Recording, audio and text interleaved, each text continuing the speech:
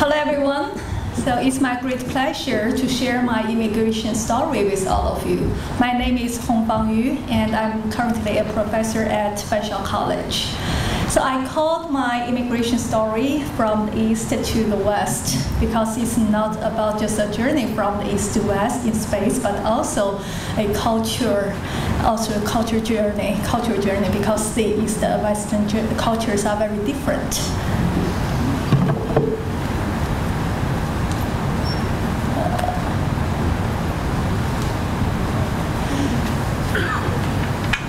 Again, many years ago, I was born in a small city in China. It's called Luoyang. Luoyang is a city with a very long history, and it's very famous for Longmen grottos. So you can see the cave and this Buddhist Buddha and carved in those caves. And after I graduated from university with a major in English, I became an English teacher in China. And there I worked in Beijing for 3 years, also at a very well-known English training institute called New Oriental School, where I got a very good pay and my life was kind of stable. But many people in China, they were very jealous of my job there, and they said, well, it's really hard to believe. How come you wanted to immigrate to Canada?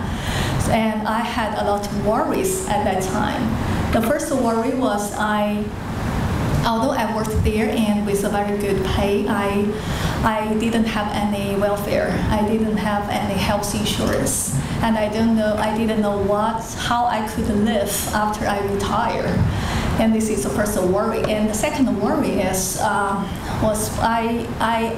was teaching English, but I had never been to any English country to learn the authentic English.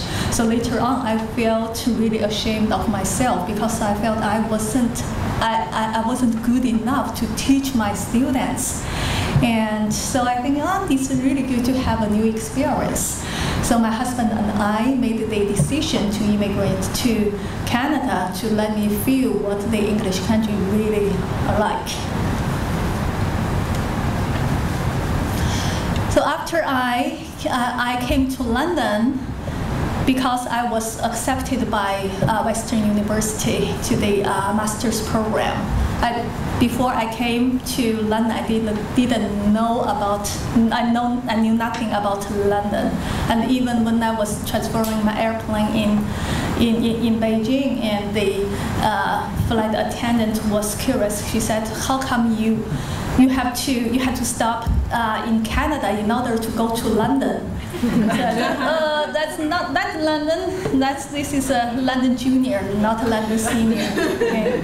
And so I came to Western University to study in Faculty of Education for the master's degree. My research was about ESL students, about their English learning in elementary schools, and I found I was really interested in that. So I continued to the doctoral study because I wanted to help more ESL children with their English in Canadian public schools. So I did all, but for my doctoral study, I did the research about refugee children because I think that they not only they had the issues with the language, but also the issues with living in Canada and adjustment to Canadian schools.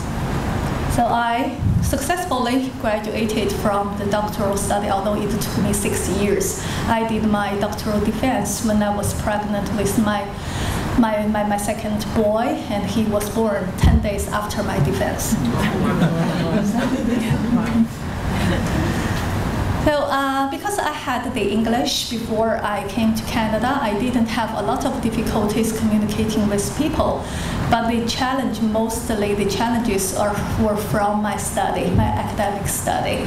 And also there was the cultural difference that impacted my study. The biggest challenge was about critical thinking, because in China, students are required to accept everything written on the book. So you cannot question the author. You have to accept it. And if you ask questions about the author, it's like you are challenging the author, and it's really not allowed. You are not allowed to have different thoughts about anything you read. So so I had a hard time to form critical thinking. It's very hard to be critical because when I read articles, I felt, yeah, it's so true. How can I form different thought about that? And also when I came to writing critical papers, again, I had a lot of headaches writing critical papers. So I think, how can I criticize? How can I criticize? And my professors told me, well, it's not about criticizing. Okay, you don't just criticize. It's just you can make suggestions. You can relate your own experience with the author's ideas. Okay, and so with that thought, I finally overcome that barriers. And with time going on, I found I began to love London more and more because it's quiet and people are nice, people are polite, and so I decided to settle in London, and to feel really settled down. I think that the job is the most important thing. So I started working part-time jobs when I was even in the master's program.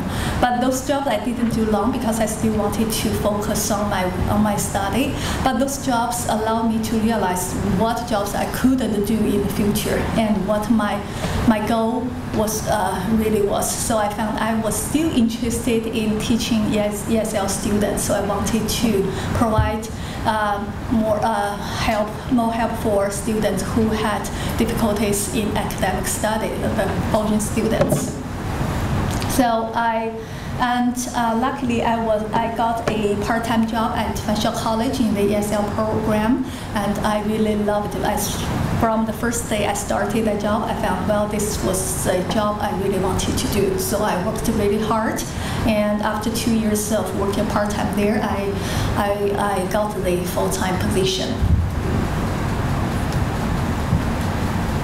So to summarize, this is the advice I would like to provide to the new immigrants. The first is that I hope that all new immigrants should be persistent with their goal. So they should have the determination to reach the goal.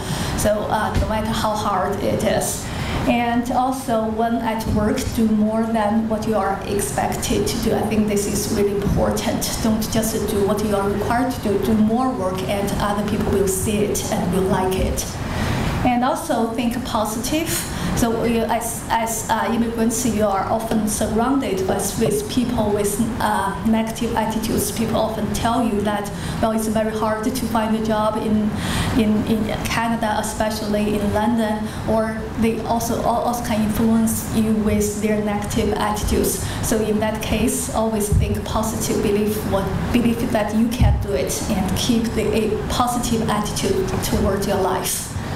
And also, the last thing I think also is very, very important. Be thankful to everyone who have helped you. So no matter the help was big or no matter the help was even very tiny, because living in a country where you don't have your family here, and for strangers or anyone you know that who help you, and you should cherish the help, or everyone's help is valuable.